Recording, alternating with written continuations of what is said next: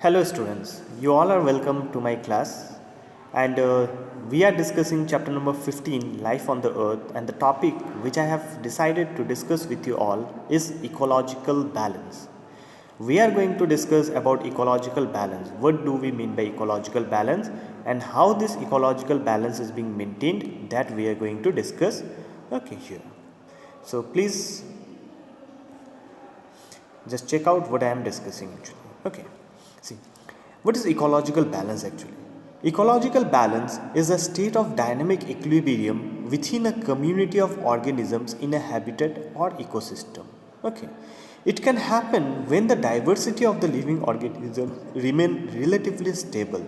So basically within an ecosystem we can find different types of organisms and different numbers of organisms actually. Okay. So the balance between these organisms, living organisms within an ecosystem is considered as the ecological balance. Okay. The ecological balance can also be explained as a stable balance in the number of each species in an ecosystem. Okay, so ecological balance can also be explained as a stable balance between the number of species. Okay, that is the between the number of living organisms. Okay. This balance is brought about by the fact that certain species compete with another determined by the environment in which they grow. Okay, so there is a competition between the species for their survival. One species they depend on the other, okay, for their survival and all, and thereby maintain a balance. Even this balance is also attained or maintained by the fact that some species depend on others for their food and sustenance. Okay, so by the food chain also the ecological balance is maintained in the ecosystem.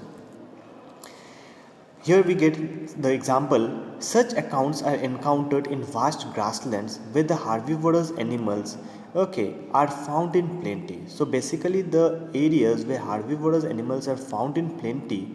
Okay. On the other hand, in the same area, the carnivorous animals such as the tigers, lions, etc., that are there, not usually in large numbers, they hunt and feed on these herbivores. Okay, thereby controlling their population. So basically, the areas where the population of this herbivorous animals is very high, and the other carnivorous animal, the number of the carnivorous animals are not so high. So this carnivorous animals, they feed on these herbivorous animals. Okay, because the herbivorous animals, their number goes on increasing if they are not being eaten by this carnivorous. Okay, so the carnivores, they feed on these herbivores and they help in controlling their population. Okay, thereby maintaining a balance in the ecosystem. In the same way, in the case of the plants also, in the plants, any disturbance in the native forest, such as clearing the forest for shifting cultivation, usually bring about a change in the species distribution. Okay, so basically in the forest we find different species of trees. Okay, and these species of trees are being their balance is being disturbed because of shifting cultivation and the other human activities actually. Okay, even this change is due to competition where the secondary forest species such as the grass, bamboo or the pines overtake the native species, changing the original forest structure, and this process is known as succession. Suppose in a forest a particular species of trees are there. Okay, and the secondary species, for example the grasses, pines and all the other species has started growing over there. So what will happen, at some point of time we will see that the secondary species, the number of the secondary species will increase. Okay, and their population will be more than the primary species and all. Okay, or even the primary species may they may not be found in those areas. Okay, so what is happening here, a balance is being maintained. Okay, and this process is known as succession, means when a particular species is being overtaken by some other species actually.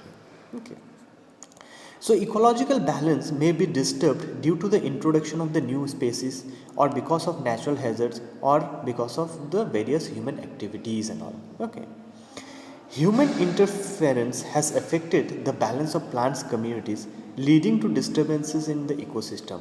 So basically the human interference, the human activities, it has affected the balance of the plant communities. Okay, how? Because we human beings are clearing the forest for various activities. Okay, for housing, for industrialization, for making the roads, railways and all. So this is actually hampering the balance of the plant communities and which causes disturbance in the ecosystem. Okay. Human pressure on the earth's resources has put a heavy toll on the ecosystem. So with the increase in the population of the human beings, there is more demand of resources. Okay. And with the increasing demand, there is a more pressure on the ecosystem. So what happened because of this? This has destroyed its originality and has caused adverse effects to the general environment. So because of overutilization of the resources or because of over exploitation of the resources, the general environment has got affected, has got deteriorated. Okay. Not only this, but ecological imbalances have brought many natural calamities. Okay, as because the ecological balance has been disrupted, so many natural calamities, we people nowadays face various kinds of natural calamities like the incidences of flood, landslides, outbreak of diseases, erratic climatic conditions, etc. are frequent nowadays. Okay, and why?